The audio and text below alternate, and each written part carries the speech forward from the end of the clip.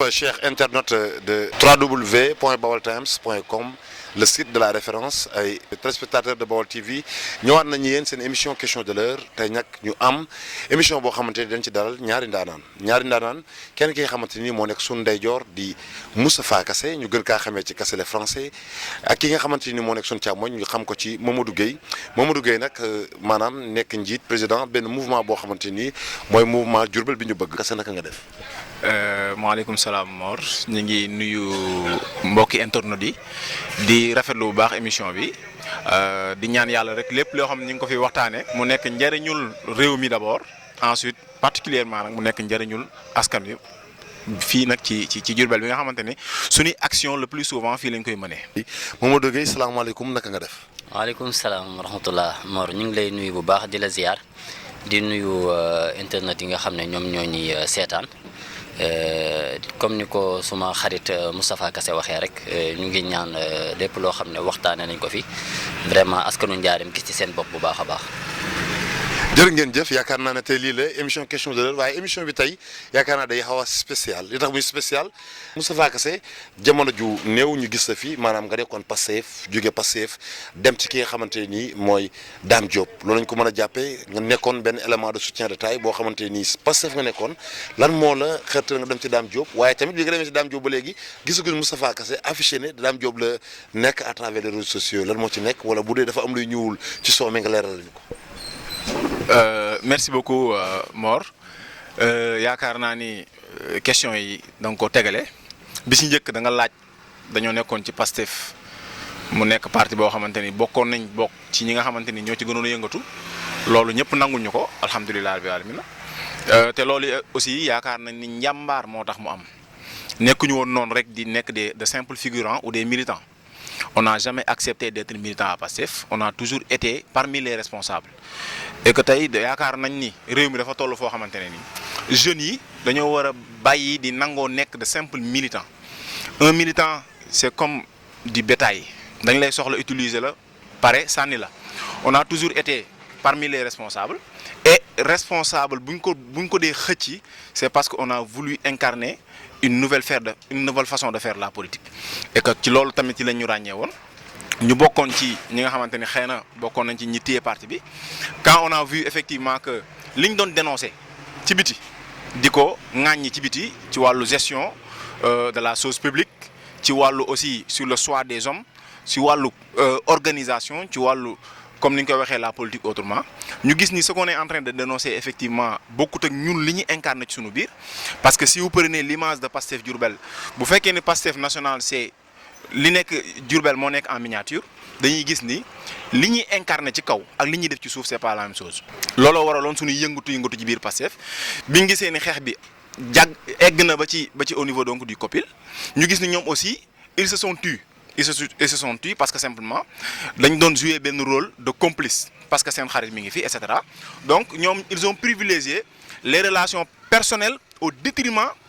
des relations communes c'est-à-dire l'intérêt personnel mooy lan c'est-à-dire un Ousmane Sonko tey il appuyait Matar Sène c'est pas parce que Matar Sène amal na ko njariñ amul na ko benn njariñ parce que il ne représente absolument rien politiquement à Diourbel donc il y a un problème ensuite ñu jógee ci loolu mu bëgg ñu forcer encore une fois son grand frère donc on a dit effectivement que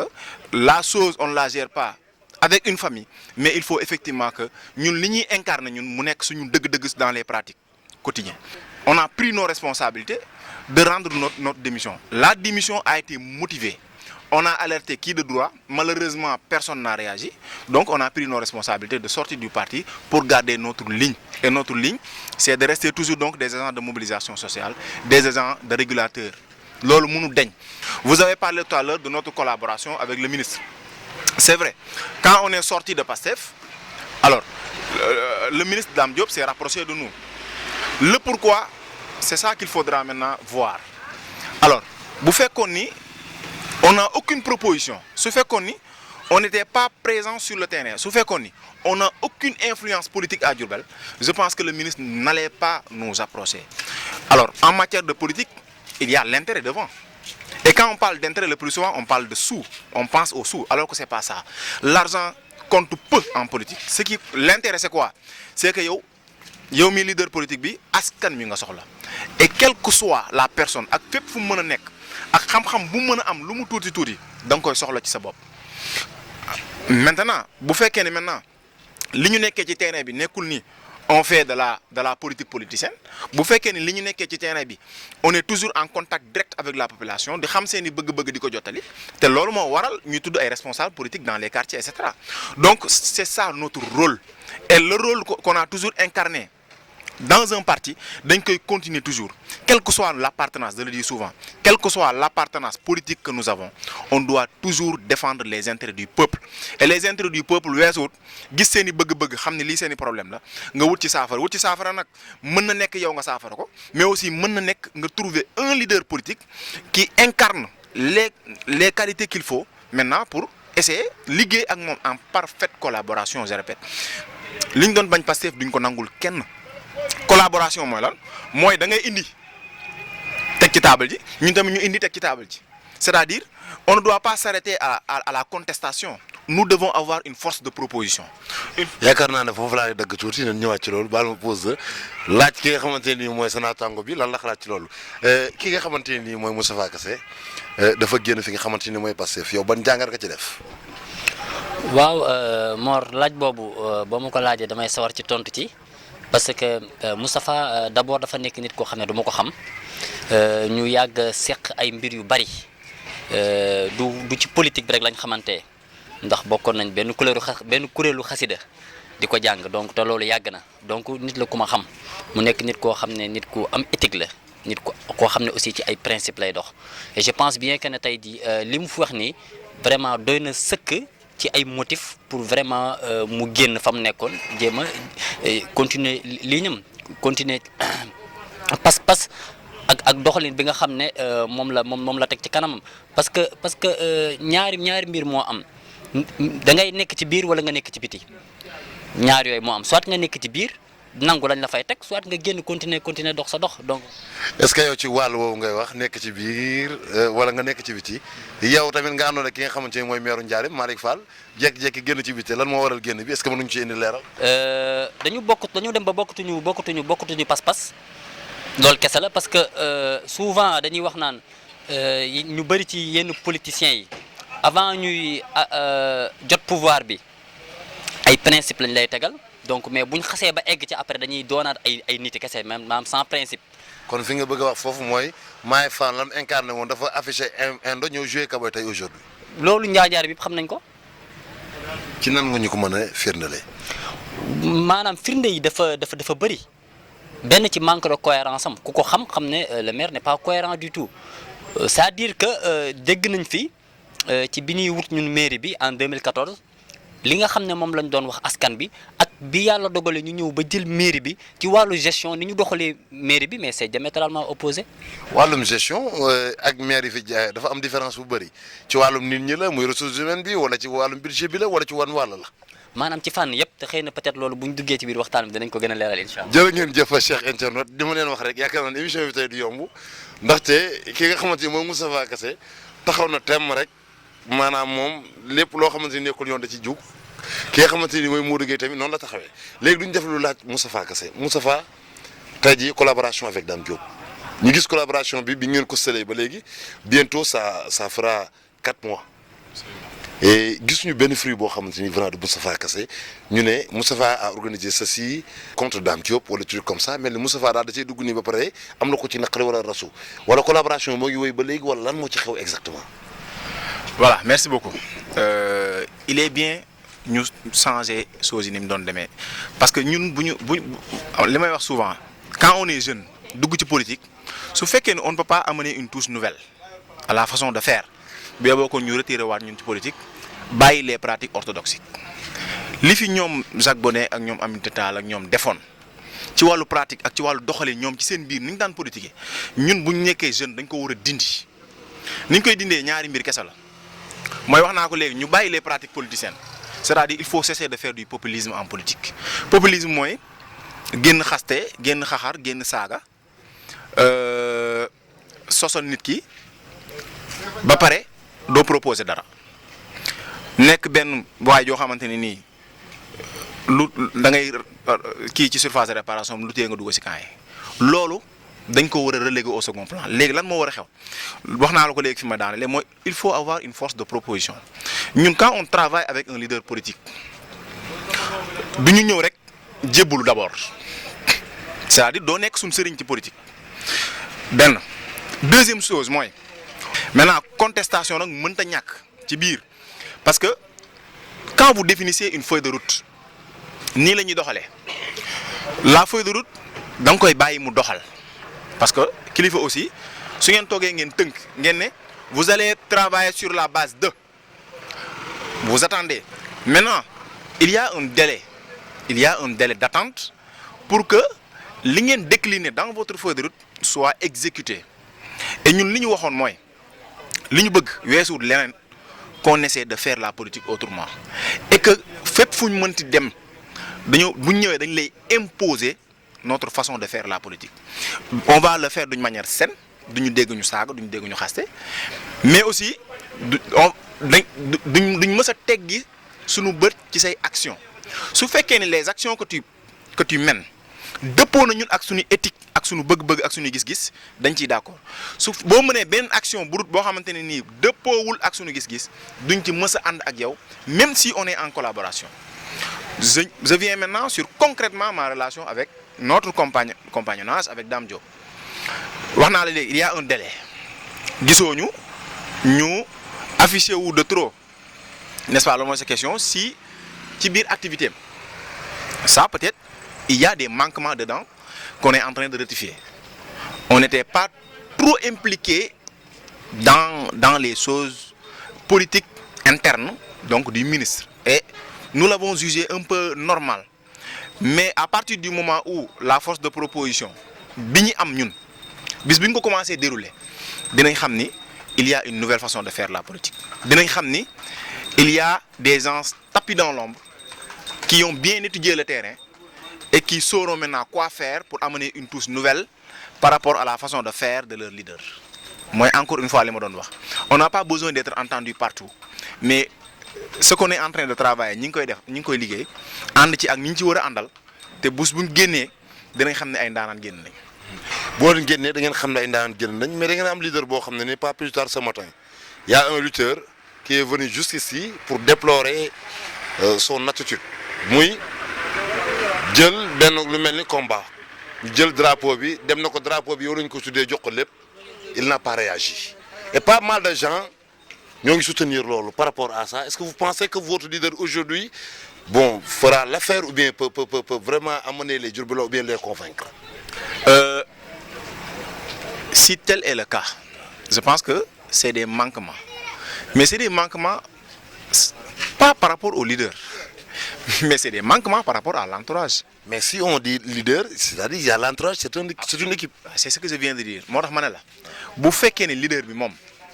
il ferme les yeux sur certaines choses importantes parce que c'est important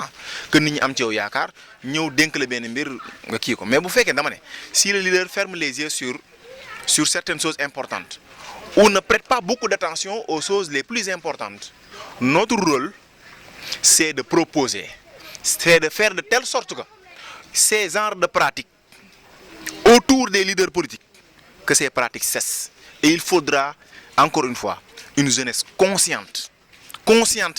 des enjeux du moment pour maintenant enrayer tout cela et c'est bien possible il faudra simplement une équipe responsable qui prenne leurs responsabilités essaie d'assainir la scène politique à Diourbel d'amener une force de proposition nouvelle pour que ces genres de pratiques là teintés de lobbying parfois de confiscation du pouvoir teinté parfois de populisme et de tricherie et que yooyu yëpp ñu assainir ko autour des leaders et que tey boo bëggee am accès au leader tu n'as pas besoin de demander autant n'est-ce pas donc de démarcher des protocoles à en finir ce qu'il faut faire c'est justement taper la porte du leader et entrer directement parce que population bi tant que amuñu accès directement ci ñi ñu tuddee des responsables politiques à Diourbel ça continue de poser un problème et que loolu tey encore une fois bu nit ñi jàpp ni rek ni woy man je suis avec diw wala je suis avec diw wala je suis avec diw c'est pas important ce qui est important c'est l'émergence de Diourbel ce qui est important encore une fois ce n'est pas parce que je suis avec mais ce qui est important c'est l'émergence de Diourbel et que yow li nga am soo àndee X wala Y wala Z bis boo amee une force de proposition loolu ngay proposer tout le monde va prendre en exemple ces genres de pratiques autour des leaders et que ñëpp dañuy obligé ñu dem vers parce que dem vers weesuut pratique yi ngay wax nii nga xam ne ay équipe lay doon nga xam ne ñoo jël en otage ñi ñu tuddee ay kilifa politique jël leen en otage ba duñ ils n'ont même pas droit de regard à la réalité c'est-à-dire duñ xam dëgg-dëgg sax lan moo xew ci askan wi ba ci président de la république loolu moo fa am donc yooyu dañ ko war a dindi et que pour ñu dindi ko nag il faut que ñu am ñu dëgër ñu mën a jël seeni responsabilité mais aussi nag pas ñuy def comme ñoom ni ñu doon def mais ñuy defee neneen ba fexe ba yooyu nga xamante ni day gàllankoor politique responsable bi ñu mën ko raxas ba mu set. jërëjëf Cheikh internaute yaakaar naa ne Moustapha Kassé indi na leeral proposé na tamit loo xamante ni mooy une rupture muy entourage yeeg gars yi am beneen démarche bu nouvelle yaakaar naa dañ ci laaj ki nga xamante ni mooy Mamadou Gueye par rapport ak li ñu wax ci li nga xamante ni mooy li collaboration bi dafa ak le ministre Dame Diop collaboration bi yow naan ko jàngatee ak aussi ministre Dame Diop attente yi Diourbel waa yu bëri ñooy commencé xaddi ban xaat nga ci am. waaw bon xalaat bi ma ci am rek je pense bien que ne li ma ci doon lu bari parce que déjà Kassé li mu wax rek dafa tënk lépp souvent olof Ndiaye day wax naan bu aayul mais dag yaa aay donc loolu dañ koy faral di dégg ci olof yi lu bari ñu di ko wax donc Dame Diop ku ko xam ne li ma xam ci moom mooy nit ku baax la nit ku yaru la nit ku am sens de l'écoute la moo tax des fois soo déggee yéen yi rek aussi dafay jar nga def tuuti recul pour xoolaat bu baax exactement li ñuy wax est-ce que ni mu demee lañ ko waxee loolu tam c'est important parce que nit ki di nga ko xam-xam goo xam ne des fois suñ la waxee ci moom dara rek foog nga def tuuti recul maintenant pour xool comme ni mu ko waxee léegi nag yu mel noonu su amee dafay jar xool est-ce que problème bi ci entourage bi la entourage yu leader bi la situé wala ci leader bi en personne su fekk bu mu ci mënti doon nga xam yenn solution lañ ciy apporter parce que tam quoi qu'on puisse dire na nga xam ne moom doomu aadama la nit la matul nit koo gis lu mu baax dañ nañ ne la budul woon ak nangam wala nangam mooy defoom donc nit ku ci nekk am nga ay manquement maintenant li am solo mooy yu mel noonu su amee ñi ko jege wër ko ñooñu ñoo ko war di mottali di ko jox ay conseils yu baax mais su fekkee tey leader bi am na ay xëy na ay côté yoo xam ne am na fa ay manquement te ñi ko wër wala ñi mu nekkal duñu ko dimbali ci loolu tam mais y a problème. jërëjëf loolu leer na nañ yow Modou Gueye judikaat tuuti tey nga jafal ñu benn jàngat Malick Fall ànd ngeen principe yi ñu doon dox dafa utee dutuñu subaaraam fenn dañoo bëgg nga wax ñu leen lu leer par exemple ki nga xamante ne nii àndoon naa ak Malick Fall gis benn Modou Gueye génn comprendrewul lu tax moo tax mu war a tey ji gëm na ne non Malick mii dim doom dox doxewu ko wala Diourbel waa bi nga xamante ne nii il avait confiance vraiment sur la candidature du maire Malick Fall en 2014 bu voté ko aujourd'hui pour nga dindi les lanternes yi nga xamante ni moo nekk ci boppam lan nga ñuy wax. waaw loolu li ma ci wax rek Mor mooy d'abord ku ne xam na ne Malick ku ko jege laa woon ci politique ak li may doon xale loolu nag bon mënuñu ko leeral ci émission parce que sabab bi dafa bari pour préciser aussi que ne man ak moom amuñu benn problème mais dañoo bokkatul gis-gis ci wàllu politique mais tey suñu génnee ci politique. suma nijaay la suma papa la suma lépp la te suma mbokkum taalibe la aussi mais ci wàllu politique dañ ci bokkul gis-gis wute gis-gis bi nag comme ni ma la ko waxee mooy que 2014 lañu àndoon dama ko gunge ba mandaam jeex ma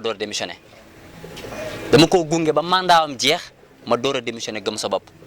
kon yàgg naa bëgg a génn yàgg naa wute gis ko yàgg na mais comme dañoo àndoon pour 5 ans man li nekkoon sama pas-pas ak sama bëgg-bëgg mooy gunge ko ba mandaam jeex ma def analyse ci na ma àndee woon ak moom ak ci fi ñu toll nii bi ma xoolee ba 5 ans yi jeex ma xool est-ce que la ñu waxante woon ci début ba ak ni nga xam ne noonu lañ tënkoon ne noonu la ñu yoree njaareem ak ni ñu ko yoree méngoo su méngoo woon rek dañuy continuer liggéey bi mais bi ma defee taxaw seetlu gis ne lañ doon wax waa njaareem gëmloo woon leen ko ak ni ñu mujjee yoree dëkk bi mais vraiment dafa nekk yàlla ak yaali loolu moo tax ma def taxaw seetlu jël sama ay responsabilité démissionné ber sama yoonu bopp loolu tam firnde yi ma ci mën a joxe rek mooy d'abord suñu xoolee ci gestion mairie Diourbel ku ne xam na ne Jacques Bodin moo fi mujj ci ay atam yu mujj sax ku ne xam na ne amul woon wérgu yaram bu ko mayoon mu yor dëkk bi comme ni mu ko waroon a yoree nga xool ci jamono boobu tey en terme de budget ci Diourbel dañ daan recouvrer presque ba am ay 850 millions nga xool tey bi ñu je prends l'exemple en 2017 je pense bien que su ma juumul ñi ngi recouvrer woon 535 millions maanaam 35% du budget bi ñu ngi ko estimé woon à 1 milliard 500 millions bon c'est vrai budget estimation la mais bu ñu fàtte ne ay services techniques yu mairie bi ñooy toog def ay études xool Diourbel lan la mën a am en terme de budget bu ñu recouvrer bu ñu jëlee fii lii jël fii lii bu ñu ko dajalee war naa mën a doon nangam donc ñooñu dañoo def seen liggéey def ay études gis na Diourbel lu mu gàtt en terme de recette war nañoo mën a am 1 milliard 500 millions par an ñu dem ci terrain bi def ko ay recouvrement am 35% du budget maanaam ñi nga xam ne ñoom lañ wax ne liggéeyuñu woon wala lañ doon xaar ci ñoom gisuñu ko ba tax ñu jëlee leen fa ñoom lañ doon am xaaj bi sax mënuñu ko am te entre temps niche de recettes yi yokk boo xam ne ñun ñëpp xam nañ ko mais loolu dafa jar Diourbellois bu nekk taxaw seetlu ne lan moo waral lii. mais ñenn ñi comme ay avis maire wala yeneen ak yeneen pour bañ a tekki yenn natt yi parce que gars yi duñ fay gars yi ils n'ont pas la culture de payer des impôts mooy poser problème boobu yooyu dégg nañ ko ci mu jóge ci ñi nga xamante ni mooy équipe municipale bi. waaw mais xam nga bu ñu fàtte ne nit ki buñ la faluñ la pour nga seet li neex Modou Gueye wala li neex Mor Sène li baax ci dëkk bi lañ wax comprendre nga. des fois damay dégg ñu naan waa Diourbel dëkk la boo xam ne Diourbel dañoo néew doole Diourbel dañoo pauvre da koy wax tout le temps waa Diourbel dañoo pauvre ñun ñu ngi sant bu baax comprendre nga ñu ngi sant bu baax a baax c'est-à-dire loolu la ñu war a dindi suñu bopp buñ la falee dañ la fal pour que nga indi ay solution te man ci li ma jàpp mooy waa Diourbel bañu ñoo fay impôt man damay jël exemple taxe bu mel ne taxe sur les ordures ménagères nga xam ne li ma gën a metti ci gestion équipe municipale bi boobu ci la bokk tey boo xoolee bi ñu ngi ko estimé woon presque ci 1000 francs par maison par mois maanaam kër gu ne li mu war a fay ci taxe 1000 francs la ci kër gu ne ci weer bu ne waaw léegi nga xool sunu yaay yi ku ci ne yaa ngi fay 1500 charretier yi mais pour ñu roñal la sa mbalit léegi yow kiy fay 1500 charrette bi pour mu déplacer ko mbalitam waxuma mu tuuri ko de parce que ku ne xam na ne charrette mënta tuuri mbalit da koy jëlee ci point A yóbbu ko ci point B donc yow nga mën a fay 1500 pour ñu déplacer la sa mbalit moom suñ koy déplacer dañ koy yóbbu foo xam ne du sori sa kër dara mu nekk fa ab dépôt sauvage bu dawalee benn weer ñaari weer ñetti weer yooyu commencé mbalit mi commencé dinaa di duggaat sa kër kooku boo nekkoon tey fayal 1000 francs ñu génnee mbalit mi njaareem mais day fecc kon buñ ñu gëmloo naan ñu Diourbel dañoo néew doole baat boobu laay bañ a dégg Diourbel ñi ngi sant yàlla bu baax gars yi bu ñu amee ay soxla ñu ngi koy faj ñi ngi lekk ñi ngi naan. jërëjëf Modou Gueye jërëjëf ci cher internaute yaakaar naa ne ay leeral Modou Gueye indi na ko ci li nga xamante ni juste rek gestion mairie bi la muy wàllum budget boo xamante ne ñi nga xamante ne ñëwoon liggéeyuñ fi ban jëlee leen fii bi njëkkee keneen ki bi mu dikkee neen li mu def dafa yées. rek nit ku nekk yaay sa leader bopp d'abord nit ku nekk yaay sa responsable bopp alors bu fekkee ni ki ñëw pour laaj par exemple dëkk bi dafa amee benn gis-gis day am ay ñoo xamante ne nii faaw ñoom ñoo koy permettre loolu mu mën ko def te ñun xeebuñu suñu bopp ci loolu c'est-à-dire bu fekkee ni moom ma ñëwaat bu fekkee ni da nga nekk sa responsable bopp lépp loo xamante ne nii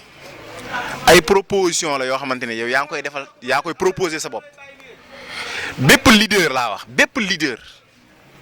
ak foo mën a bokk soo ko déggee wala nga gis ko wala nga nekk en contact ak loolu mënoo fexe ba doo ko apprécier maintenant bu fekkee da ngaa am une proposition nag nga gis benn leader doxul jëm ci proposition boobu il n'est pas le bon candidat pour Diourbel je reviens à ça tant que ñun mënuñu tordre la main à ces responsables teg leen ci axe fii rek la ñuy mujjewaat faire des mauvais choix et les regretter après mbir mi du ay xumbaay ak ay digaloo mënut ak ay les longs et beaux discours ak toucher la sensibilité des gens c'est pas ça ce qu'il faut faire c'est il faut rompre avec ça encore une fois te tant que nit ñi nag jëluñu seen responsabilité du mën a sotti le regret balaa ñoo fal ku mel ni Dame Diop mais il faut l'imposer à ce que mu proposer ñu dara d'abord lan moo tax les yeux fermés on choisit des leaders di leen jox ay responsabilités ñu ñuy diriger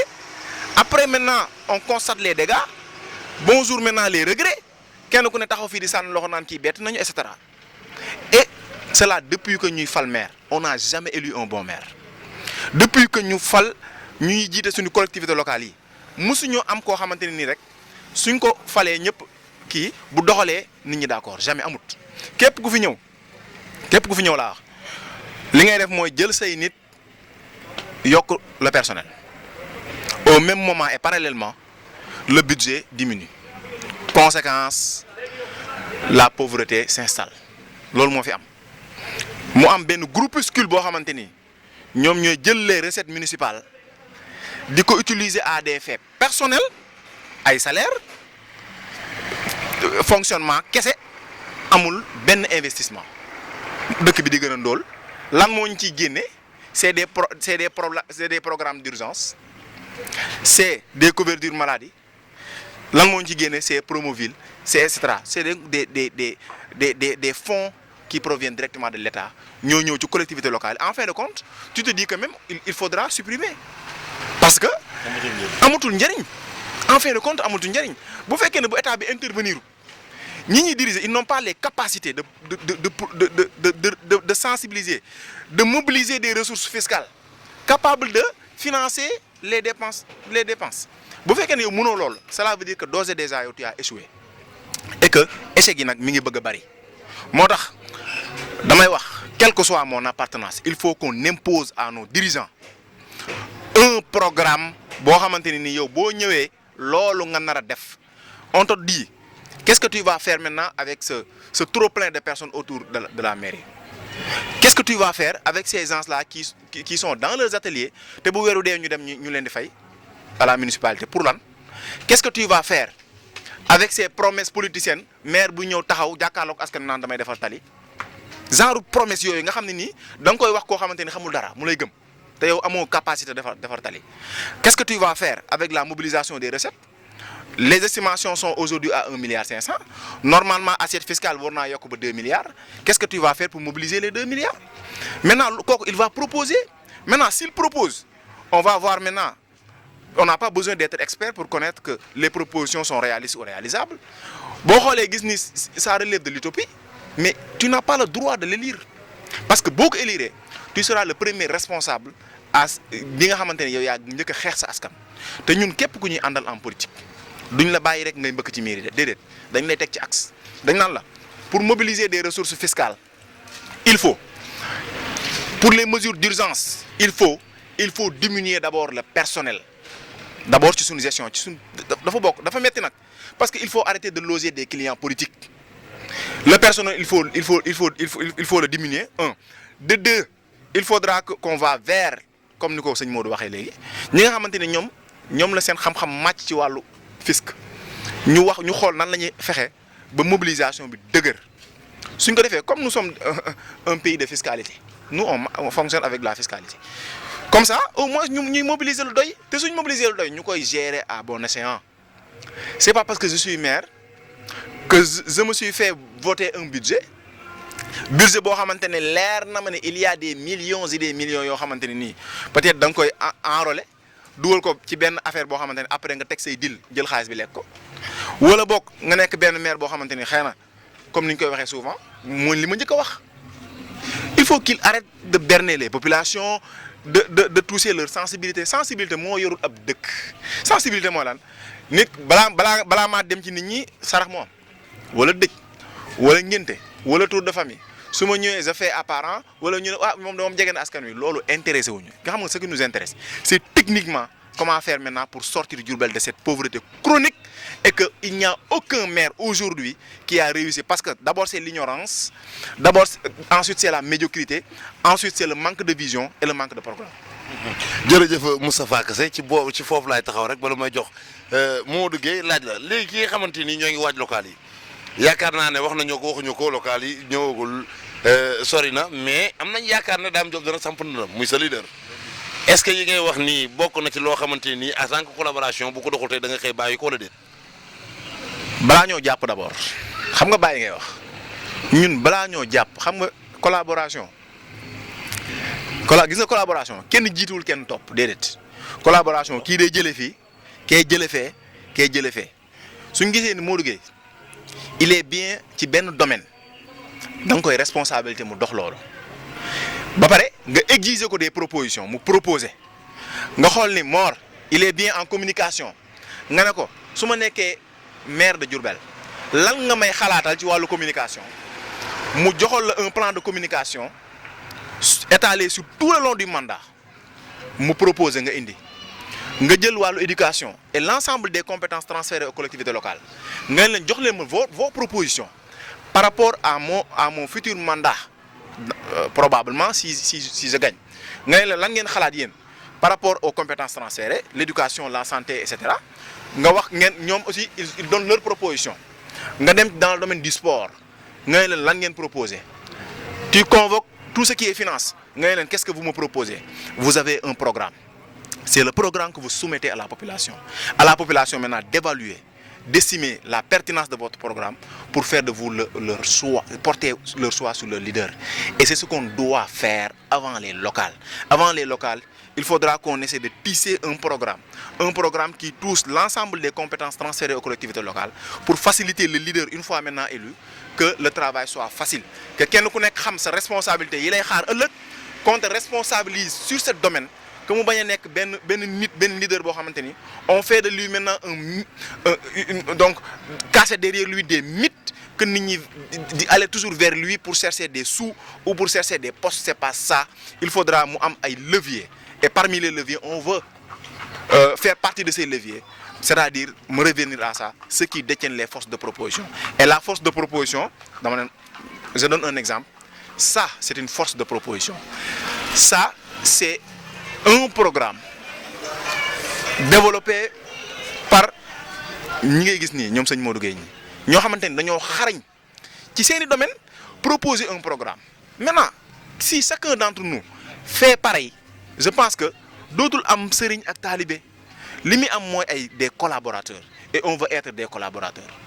Non pas des suiveurs. Du tout. On ne voudra jamais être des subordonnés,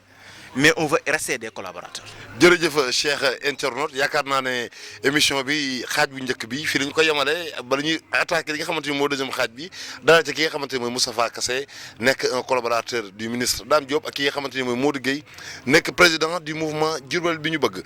Modou Gueye yaakaar naa ne foofu la ñuy ñëw ci mouvement bi ñu gis la dëgg la bi nga ànd ak Malick Fall génn ci Modou Gueye toogul takk ndiggam Modou Gueye ñoo koy gis muy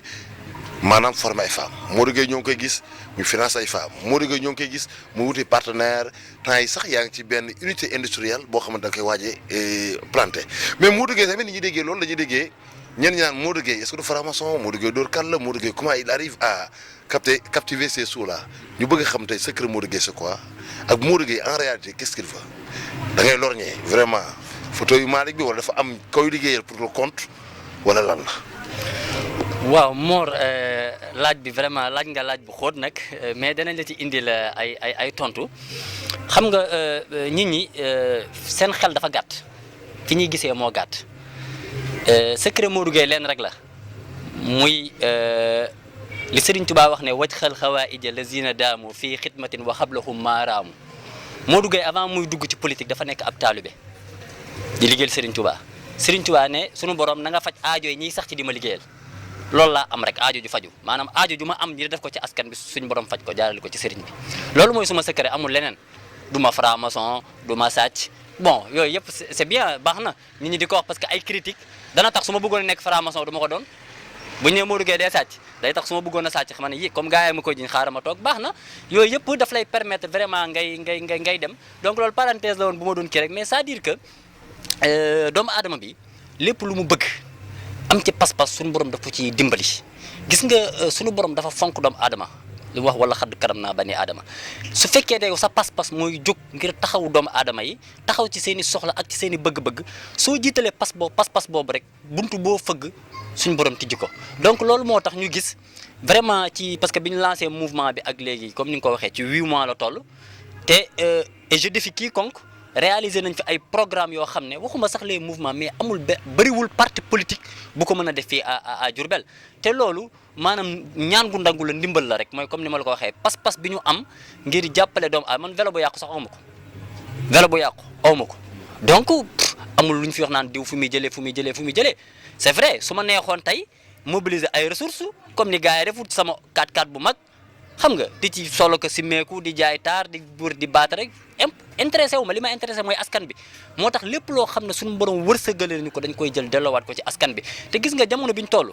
partenaires yi ñu wax ni kenn mënatu leen a nax parce que ñooñu gën a maîtriser suñu dëkk yi koo ci bëggoon a nax tey jii benn yoon du doon ñaar mais li def tawféex ba tey suñu collaboration ñun ak suñu partenaires yëpp vraiment di continuer ñoom ñuy sawar sax ci di ñu proposer parce que xam nañ ne lii nga xam ne dañu koy jox dañ koy delloowaat ci askan bi loolu kese la. jërëjëf Modou Gueye yaakaar naa indi ngay leeral ci mouvement Diourbel bi ñu bëgg mais mouvement Diourbel bi ñu bëgg local yi ñu jëm nan la ci taxawee mouvement bi day demal boppam wala mouvement bi dafa am koo xamante ni fi mu day liggéey ak moom parce que ñoo ngi dégg tamit naan mouvement bi ñu ne Modou Gueye moom jege na loolu ki nga xamante mooy ministre Dame Diop lan mooy terme collaboration yi. waaw Dame Diop suñu diggante bu yaatu la d'abord ma lay leeral ne mouvement Diourbel bi ñu bëgg mouvement la boo xam ne ñu ngi ci biir coalition Benno Bokk Yaakaar. loolu kañ la. bon yàgg na. xëy na waxaguñ ko ci presse bi génnaguñ wax ko parce que li ñuy liggéey lépp dafa am temps buñ koy jox mais suñu borom dogal na ñu gisante ki nga xam ne mooy ki nga tuddlee monsieur Dame Diop parce que ko ñëpp xam nañ ne ci département Diourbel moom moo jiite coalition Benno Bokk Yaakaar waxtaan nañ ak moom ba ñun ñi ngi ci biir coalition Benno Bokk Yaakaar dañuy soutenir politique bu président de la République Macky Sall donc ñu ngi ci biir coalition bi maintenant élection yi ñu jëm ñi ngi déglu. parce que coalition bi xëy na dañuy am ku ñuy tabb pour mu jiite liste bi mais ku xam Modou Gueye xam ko ci nit koo xam ne nit ku am principe la c'est-à-dire élection locale du ay élection wu parti wala ay élection wu coalition dañuy setantal kan la ñuy dénk suñu dëkk bi c'est important maintenant li am solo mooy ñi ngi ci biir coalition Benno Bokk Yaakaar di collaborer ak ki fi président teg muy monsieur Dame Diop. léegi nag bu ñu demee ba egg ci local yi ñu xool coalition bi kañ lay tabb su fekkee ne ki coalition bi di tabb pour mu nekk meeru Njaareem dal na suñu xel doy nañu présenté nañu programme boo xam ne doy nañu ñu ànd ci ak moom maintenant su fekkee ne nag loolu dalu suñu xel et que waa Diourbel bi ñu bëgg gis ne ñun dañoo war a demal suñu bopp ci élection yi su boobaa ñun dañuy demal suñu bopp am na nag ku naan ma ba caution yi caution yi bu nekkoon 100 millions ñun buñ bëggee bokk dañuy bokk loolu dafa leer. jërëjëf Cheikh internaute yow Moustapha dañuy ñëw léegi laaj bu ndaw wala ñuy tëj Moustapha gars yi neen dañuy gis ne da ngaa jege loolu ki nga xamante ni mooy Moustapha Gueye ñii neen da ngaa bëgg a xàddi ca daam dem ci Moustapha wax ji daal bëri na lan ngay leeral. absolument wax ji bëri na mais ce qu'il faut d'abord retenir dafay dellusiwaat Mor ci ñu gën a gëm suñu bopp gis nga bu kenn yaakaar ni. man dinaa daw ci ginnaaw leader ak koo mën a doon c'est-à-dire gëm sa bopp mooy lan da ngay fexe ba jëmmal loo xamante ne ñëpp koy xemmem Moustapha Gueye je le considère comme étant un ami parce que on a discuté on a parlé sur beaucoup de choses des choses peut-être que je ne pouvais pas dire ici mais on a d'excellentes relations est-ce que Moustapha est intouchable ba kenn du ko jege est-ce que soo jegee Moustapha Gueye tout de suite on doit penser effectivement à une probable collaboration nouvelle. Là aussi c'est de l'avis des autres et il faut laisser le soin à l'opinion politique parfois de débattre sur ces genres de questions. C'est important dans la fabrication de la personnalité politique, c'est important dans les détails politiques, c'est important, mais surtout donc dans les décisions qu'il faut prendre. Je pense que je ne peux pas être à Keur Gou Mag, militer à Keur Gou Mag et ne pas avoir de bonnes relations avec Moustapha Gueye, c'est pas possible. Parce que je rencontre ces éléments sur le terrain et on partage pas mal de choses. Je répète, j'ai d'excellentes relations avec lui. Et maintenant, ce qui puisse en advenir, ce sera l'intérêt de Diourbel. Mënuñu def dara loo xamante ne du intérêt Diourbel. C'est-à-dire, je ne peux pas me constituer en ennemi avec Moustapha Gueye parce qu'il n'a jamais fait ou posé un acte qui me déclarerait la guerre. Pourquoi? J'ai dit quand vous faites que nga dem ci ben responsable politique vous débattez des questions yo xamanteni ni amal na njariñ askan wi et j'avoue que c'est un grand homme. Ça aussi, il faut le dire. Ce n'est pas parce que moi je crée de l'adversité, etc. Non, non, non. Je ne suis pas dans ça. Encore une fois, nit ki li tax nit ki di la bëgg wala mu lay sopp wala mu lay xëc ci boppam yow yaa koy wan. Et il ne m'a jamais fermé ses portes. Deuxièmement, ses collaborateurs, certains sont mes amis. Je citerai Moutala, je citerai Mogumba, les Fallou, etc. Donc, nous avons une relation. Maintenant, s'il y a un écho politique que je n'ai pas su, tu me le dis. Mais encore, pour le moment, je ne pense pas que, quand même qu'il y ait un pacte politique connu par tous. Qui est le maire bi nga xamanteni jaay né da nga bañ nak non xam nit ñi encore une fois dañuy juger ci ay sentiments nit ki mëno ko bañ parce que c'est un individu d'abord comme nous nek julit nek talibé comme ñun mënuñu ko bañ mais sa façon de faire franchement je suis désolé mais il doit revoir sa façon de faire parce que amna ci lo xam mom jall na ba paré mandat bi jeexna nekatul maire depuis le 1er décembre mom da waron démissionner sax na heure bi ñom nekatuñ ay maire ben deuxièmement sa façon de faire liñ ci regretter moy li wesso parce que nous avons fait un mauvais choix parce que biñu fal nit ki ñun faluñu nit ñi faluñu ko won parce que dañu proposer won dara proposer wuñu won fa dara nit ñi faluñu ko won parce que dafa xarañ parce que bu dé xarañ bu nokkon xarañ rek du nek maire dañ ko falone parce que dafa jitu won ci nit ñi mais bo jito ci nit ñi nga wone ben image incarner dara di tenir ben discours ñu OK ñu fal la ci ay wax so diké encore une fois li rek lay am day regret doxilenam mom la nawlo wut parce que je le dis à chaque fois je le dis il y a trop de médiocrité dans sa gestion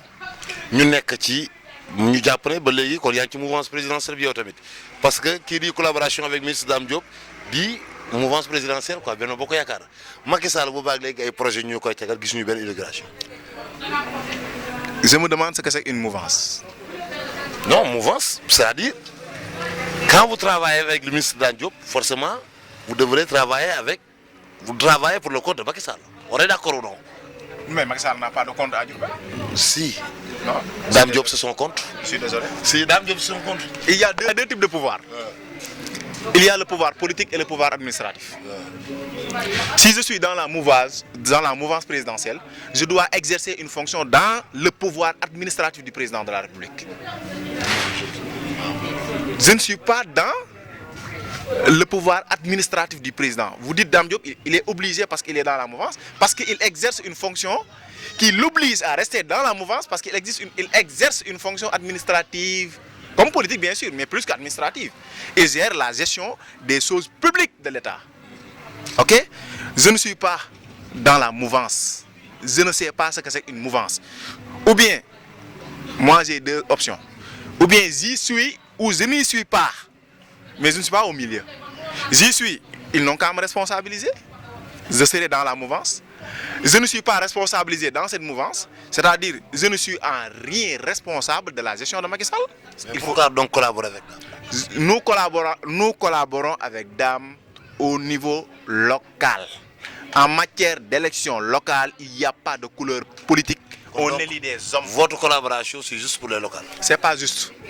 Ça peut aller au-delà de ça. Mais pour le moment, retenons qu'on est en train de collaborer, de tisser, de travailler sur des éléments qui vont aboutir sur du factuel bientôt et qui intéresseront les populations de Diourbel. Et d'abord, notre principal objectif, c'est sortir de Diourbel de cette pauvreté. Si les propositions que nous faisons n'intéressent pas le ministre, je dis haut et fort, si les propositions que nous faisons n'intéressent pas le ministre et qu'on constate effectivement qu'il n'y a pas de suivi dans notre collaboration, je l'ai dit à la conférence de presse, quand il n'y a pas de suivi dans notre rapport avec le ministre, quand nous voyons que ce que nous proposons d'intéressant et de factuel probablement n'est pas intéressé par le ministre, on sera obligé de quitter de quitter le ministre pour chercher un leader capable de nous accueillir. Ça, je l'ai dit et je prends toutes les responsabilités de le dire. Nous ne sommes pas figés sur une personne, mais nous sommes figés sur une personnalité qui, pour le moment, essaie plus ou moins, même s'il y a des manquements, donc de faire. Si les manquements sont corrigés, tant mieux, conjugués maintenant avec ce que nous avons comme proposition. Si ces manquements-là persiste et que ce que nous avons comme proposition n'intéresse pas ou n'aboutit pas à quelque chose, on sera obligé de continuer notre chemin et de trouver effectivement une personne capable de tenir et de soutenir nos propositions. jërëjëf Moustapha Kassé yaakaar naa ne temps baa ngi waaj a jeex mais faaw ñu ñëw ki nga xamante ni mooy Mamadou Gueye dañoo bëgg nga defal ñu benn xayma tuuti rek ci nga xamante mooy local yi repoussé nañ ko ñu def ay micro trottoir bi ñu defee micro trottoir Diourbel waaye ñenn ñi neen dañuy dundaat souffrance bu metti mooy lan mandat maire jeex na ñu prolongé ko ñenn ñi sax dañu ñëwoon délégation spéciale lu mel ni Diourbel parce que Malick Fall sonn na leen deful dara ci dëkk bi ci micro trottoir yi yow en tant que koo xam ne liggéey nga ak moom nit ñooñu di wax dëgg na naam na xam naa ne ak ni mu dégg nga waxee ni sànq donc ko dëggal mais lan nga ciy mën a waxaat loo xamante ni dana gën a métti ci nga xam ne mooy askan bi. waaw loolu suivre naa micro trottoir boobu donc c'est vrai mandat maire yi ñu prolongé askan bi daf ciy souffrir mais Diourbel ñoo ciy gën a sonn te damay wax population Diourbel ñu xam ne maire bii fi nekk nii dañ ko war a jëlee ci boppu mairie bi avant qu'il ne soit trop tard. lu tax li ko waral wax naa parce que Malick tey jii nii yow yaay wax loolu mais nit ñu bëri gëm nañ ne tali yu bees yi changement yi lépp li am Malick la donte ne tamit c'est l'affaire de l'État ci nguurum la ko yàlla joxe amul ci yeneen nguur ñi. je pense bien que temps est passé wax naa ko benn waaye mu di ma ne ko su fekkoon ne ab président de la république mën naa nekk maire bu dëkk ñun dañuy jël Macky Sall def ko sunu maire. Promoville état la FERA bi mooy désensablement ñi di tonn di bale tali bi état la projet purement yi ñuy wax nii état la PACASEN bii di bëgg a ñëw état la hôtel bii sax ñuy wax naan ñu ngi koy tabax mu ngi tàmbaleeg dina pareeg du pare état la manège bi nekk à côté état la c'est-à-dire ba ci compétence transfert yi nga xam ne sax collectivité locale yi ñoo ko war a gérer mairie bi day obligé di xaar ay fonds de dotation pour mën koo gérer muy fourniture scolaire yi muy subvention ASC nawetaan yi yooyu yëpp nga xam ne c'est des compétences transférées suñu budget local bi rek war na ko mën a gérer dañuy xaar ay fonds de dotation pour mën ko gérer li ci gën a pire nag mooy fonds yooyu day ñëw ñu def ci ay détournement d'objectif mooy parce que ku ne xam ne fonds de dotation buy ñëw day ànd ak clé de répartition lii fii nga koy def lii fii nga koy def lii fii nga koy def mais Mor bu ñu ne la lii juróom yi caaf lay jar mais nga jëndee ko si dem mais détournement d'objectif la loolu benn la ñaar mooy xoolal suñu conseil municipal bi amul benn commission buy dox ci mairie bi te li tax budget bi am problème gën a am problème en termes de recouvrement et de recette mooy commission des finances amu fi sax. des finances mais dafa démissionné depuis il y a de cela 2 ans. c'est qui bokkum. non c'était Malick Diouf bi nekkoon impôt domaine mais moo jiite woon commission des finances mais bi mu démissionné ak léegi def na lu ëpp 2 ans. yeneen commission yi sax am na dañ naan dox na wala doxul mais commission des finances sax amul ci mairie bi c'est-à-dire que benn nit moo fi nekk rek moom kese moo nekk moom moo xam lépp mooy def lépp alors que même li ñu naan même le plus compétent commet des erreurs donc nit ki bu fekkee dañ laa dénk parce que y a une différence entre avoir un bon maire et une bonne équipe municipale comprendre nga su fekkee yàlla da laa nattu nag ñaar yëpp amoo ci benn. mais day gën a graaw loolu benn la beneen bi mooy gestion wu moomeelu askan bi dama koy jël ci exemple oto mairie bi gis nañ ne bi maire bi faloo ak li bëgg naa maire bi génn leeral oto yi fan lañ nekk parce que man mënuma concevoir ci jamono buñ toll ñuy wax waxu émergence tey tu vois des adjoints maires yoo xam ne bu ñuy liggéey si ay charrette la ñuy dugg di ñëw mais un élu un conseiller municipal mais c'est pas n'importe qui élu la askan bi ñoo ko fal war na leen a jox tuuti crédit waxuma parce que adjoint maire bala nga koy doon foog nga nekk un conseil d'abord mais bu ñuy liggéey fii ay Jakarta la ñuy jël ak dugg ci charrette yi di liggéey si amul benn oto bu fonctionnel gis nañ fi tey Pa Moustapha Seck may fi dëkk bi benn ambulance bu bees tàq boo xam ne miite wuñ ko gis nañ Aminata Tall maye fi ñaari oto Jacques Bonnet bi mu fi toogee bay bàyyi oto bi mu fi bàyyi muy 4x4 bu gris boobu dafa beesoon tàq bi mu ko fi bàyyi moom mu falu quelques mois après état bi joxewaat ay oto yu bees tàq mooy 4x4 bu weex boobu ñu gisoon mu mujj doole ko waat mais oto yooyu gisuñ ci benn dawuñu xamuñ fu ñu ko gaare newuñ sax ci dëkk bi mais loolu y a problème Mor suñu état civil bi dugg fi dañ lay arnaqué dangay soxla extrait de naissance wax dëgg yàlla di xaar ay 4 jours wala ay 5 jours pour jot ab extrait arnaque moo fi am. ci mairie bi daal dara doxul. beneen bi mooy que wax naa ko ci recouvrement yi damay tase ak ay nit yu def ay recouvrement mais damay ree dama naan mais ñii fan lañ jàngee lii man de ku ma bëggoon a jël def ma agent de recouvrement damay bañ pour may recouvrer xaw ma ko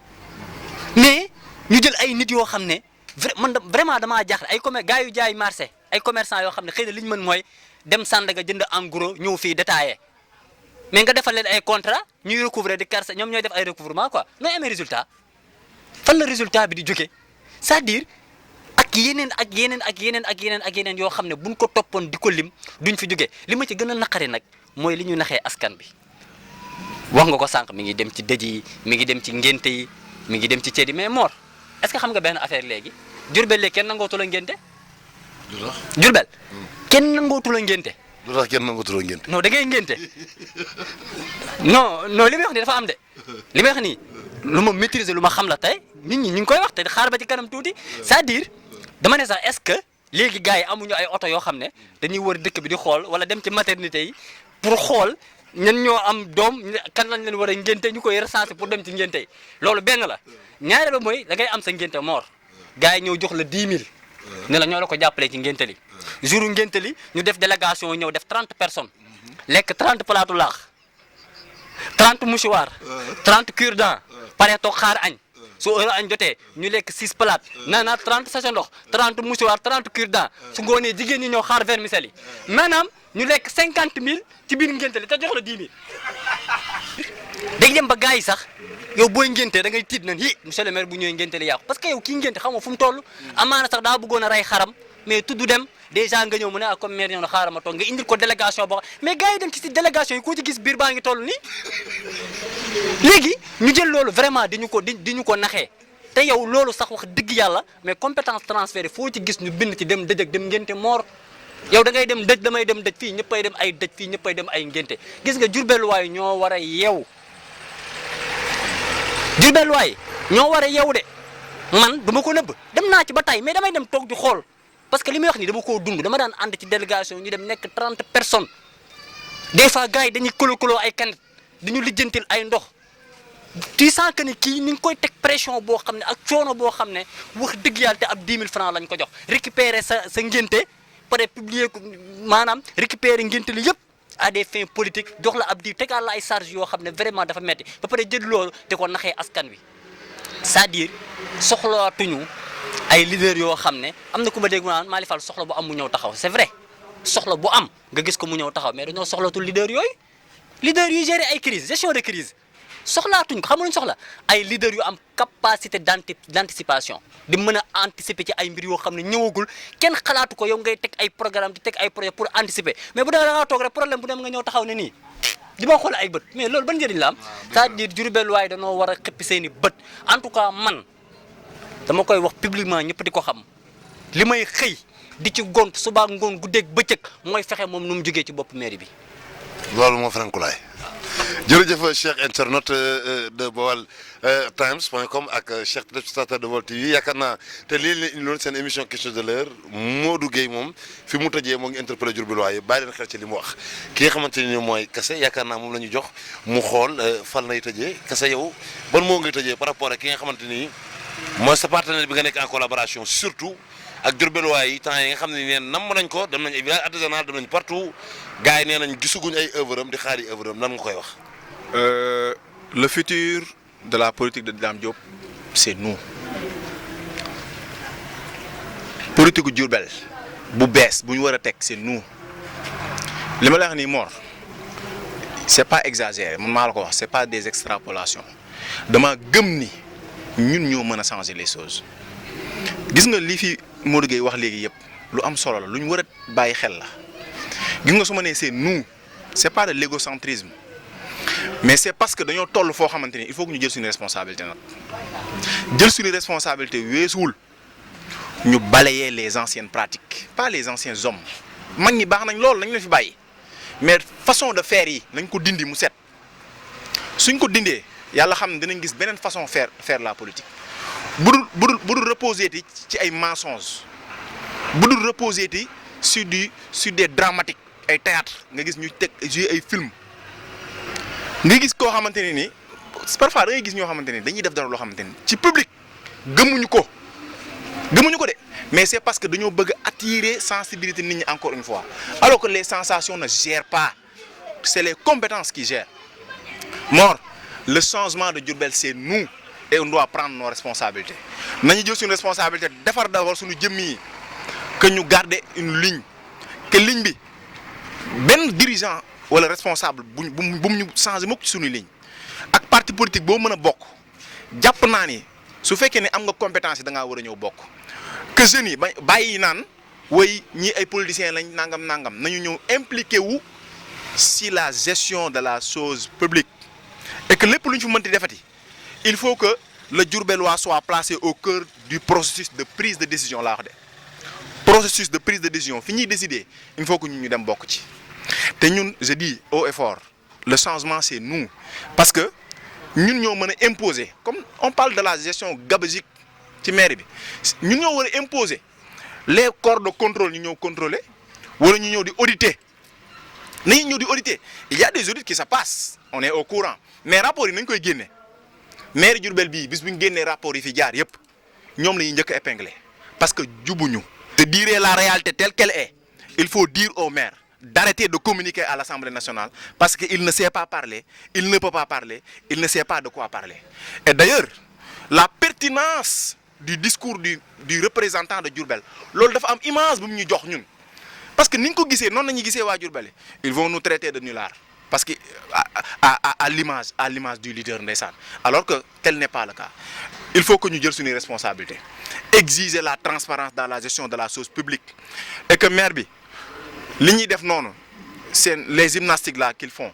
parfois da leen dugg ci kàmb je l'ai interpellé publiquement pour lui dire que monsieur le maire vous avez fait un détournement d'objectif en offrant au navétane les 8 millions là yooyu ñu génne woon fonds 8 millions xaw ma ñu génne ko sur des fonds yoo xamante ni directement ci état la jógee sur des fonds de compensation mu jël ko di ko neexalee waa navétane moi je suis acteur des navétanes mais xam naa li mu def nii détournement la il m'a interpellé je lui ai dit monsieur le maire bu fekkee ne man li ma la wax nii c'est pas vrai portez-moi plainte su fekkee dama laa diffamé portez-moi plainte je te donne le décret qui répartit ces fonds là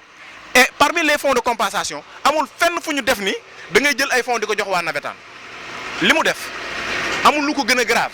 te loolu ñun ñoo waroon a exiger ku mel ni OFNAC mu ñëw leeral la chose ñoom bu fekkee ne ñoom ñi ngi may dégg interpeller naa publiquement si je les ai diffamés ils n'ont qu'à porter plainte te bis bu ñu porter plainte ñoom duñ fi yendu parce que xam nañ li ñu def c'est extrêmement grave c'est extrêmement grave parce que le maire n'a pas de cabinet est-ce que vous êtes au courant les millions yi ñuy génne nii lu tax du kan mooy cabinet maire kan la ñan ñoo nekk ci cabinet wax ma ko limal ma amul te pourtant il y a des fonds dégagés pour ça millions yooyu fan lañ koy def nañu ko wax il faut qu'ils respectent les Diourbellois que ñu xam ne ñun duñu ay dof que ñu xam ne duñu ay ragal ñaari moom boobu ñu xam ko duñu ay dof duñu ay ragal te am nañ une capacité de proposition duñu xeex duñu xuloo duñu wax loo xamante ni amul lépp lu ñu wax rek mën nañ koo expliquer justifier ko ba mu leer donc il est temps qu'ils se ressaisissent c'est d'ailleurs trop tard mais quand même Diourbellois nag ñu xam ni wax dëgg yàlla nous avions fait un mauvais choix on ne le dit pas par subjectivité on le dit objectivement on avait fait un mauvais choix il est temps maintenant qu'on fasse un bon choix en choisissant un bon candidat je ne dirai pas qui mais un candidat capable de répondre aux exigences du moment et aux enjeux du moment. Un candidat capable de tenir le discours de vérité et de proposer du concret aux Diourbellois afin de nous faire sortir de cette pauvreté chronique par d'abord la résolution des problèmes dans les compétences transférées que Mor Gueye vient de dire tout à l'heure. Ensuite, s'ouvrir aux partenaires. Aujourd'hui, ñu ngi fi gis ay partenaires mais ci lan partenaire ci lan yow gis nga fi benn partenaire bu poser benn acte de développement fii ci Diourbel rarement nga koy gis bu dul ni ces genres de personnes qui s'activent dans le milieu ñoom rek nga ciy gis ñu am ay partenaires yoo xamante ni ay partenaires de développement ñi fi nekk ñëpp boo ñëwee dañ lay récupérer yóbbu la ci hôtel boo ñibbi bàyyi fi dara soit ñu may ñu wala ñu sarax ñu te encore une fois tant qu'on tend la main on va finir dans la pauvreté chronique te loolu dafa jeex tey ñun jeunes yi encore une fois jël nañ d'abord suñu responsabilité fexe au moins trouver ay solutions durables ci problème yi ñuy dund mais aussi duñ ci yam on va exiger à celui qui va diriger prochainement la mairie de Diourbel dañ koy exiger un programme bien ficelé. Qu'est-ce que vous allez faire par rapport aux nombreux problèmes aujourd'hui qui gangrènent le développement de Diourbel? Qu'est-ce qu'il va proposer de concret après être élu par la population? Est-ce que day continuer toujours la même chose ou est-ce que day indi une rupture? En tout cas, on va travailler là-dessus. jërëjëf Moustapha Kassé Modou Gueye yaakaar naa ne jotoon nañoo def benn tëj mais faa ñu dellu si waat si nga door ñëw tëjal Moustapha bi wax sànq dafa am benn point boo xam ne dama ko fàtte woon muy point tey jii gestion foncière bu dëkk bi problème mu suuf si est-ce que ñun suñuy doom wala ñun ñii rek est-ce que nañ am fu ñu dëkk. ah yaakaaruma ko nag parce que ci ndax man moom comme li Moustapha wax rek bu ñuy ànd des fois di waxtaan dama naan ci yàlla ñaar ñu am fit la boole ndax man moom ku ma xam ne ba ma juddoo la ragal jeex man jàpp na fi mu ne ragal moom ci dernière génération bi nar a juddaat ragal dina ci am c'est-à-dire li ma gëm ak dëgg. kenn mënuma koo tee wax donte damay dee ci saa si dama koy wax mais ku ne xam na ne loolu dañ ko ci doon xaar mooy li ma la wax sànq rek c'est-à-dire dafa am ñoo xam ne dañoo matul njiit parce que ku ne xam na ne suufu Diourbel dafa amoon problème am na ñoo xam ne dañoo fayoon ay frais de bornage depuis 2008 xaw ma mu ñëw jël engagement ne su ma toogee ñooñu lay njëkk a jël delloo leen seeni suuf parce que yoon constitution may na ko. En tant que maire mu jël suuf may askanam fu ñu dëkk ñi nga xam ne amuñu fu ñu dëkk ginnaaw bu ñu defee ay enquête ba xam ne ñii amuñu fu ñu dëkk ñu may leen mais loolu ba tey gis nañ ne amut te politiquement ku xam politique xam ne da koo bëgg a politiquer or que war ta demee noonu war nañ laa mën a may te àndoog moom Mor Sène war naa mën a bëgg suuf amul fu mu dëkk ñu may ko te du tax mu ànd ak moom ci politique man maa la wax ne la suufu njaareem si dañ koo bëgg a politiquer. te foo ma ko laajaat ma waxaat la loolu. lan ngay tëjee. waaw li may tëjee mooy vraiment di rafetlu jataay bi ak émission bi même si bu fekkee ne jàpp naa ne man li ñu waroon a wax bu dee fukk benn bi lañ wax donc di la ñaan it yu mel nii nga baril ko en tout cas sawar nañ ci saa boo ñu woowee ñu ñëw te mën naa laa wax ne fii ba élection locale yu saa boo ñu fi invité lan lay wax du bokk ak bu ñu fi ñëwaatee la ça veut dire que problème yi dafa bari tellement li ñu war a mën a wax ci Diourbel dafa bari ba kenn mënu ko wax ci benn émission donc ñuy ñaan Diourbel waaye ñu xëppiwaat seen i bët gën a delloosiwaat seen i xel xoolaat bu baax a baax fi ñuy teg seen tànk di alerte nag comme ni ko Moustapha waxee léegi c'est-à-dire gis nga gars yi ñëw ci kanam yi politiciens yi ñi nga xam ne ñoo ay leader lañ non dañoo am problème bi ñu am mooy bala fay nit a jiite njaareem gi billahi di nga wax lu set parce que jeunesse bi ma gis mu commencé jóg ne ak prise de conscience bi ñu amee c'est-à-dire dañ lay xam nag bàyyi la ci biir toog da la xool rek mais bala fay nit a jëlaati suñ dëkk bii non di nga wax lu set. jërëjëf Cheikh internaute jërëjëf Cheikh téléspectateur de Baol TV yaakaar naa tey li leen indiloon seen émission question d'honneur dalal ci Moustapha Kassé nekk collaborateur ministre Dame Diop ak ki nga xamante ne mooy Modou Gueye nekk président Diourbel bi ñu bëgg yaakaar naa tamit yéen ñi nga xamante ni yéenay ndaw Malick Fall wala ndaw ñeneen ñi nga xamante ni peut-être déglu ngeen émission bi bëgg ngeen cee indi ay éclaircissement woote leen service commercial bi rek muy 33 971 34 02 wala ngeen woote 78 337 64 64 wala ngeen woote 76 379 98 98 jërë ngeen jëf di leen jox la daje ci benn émission ak benn numéro ngeen invité jaa ngeen jëf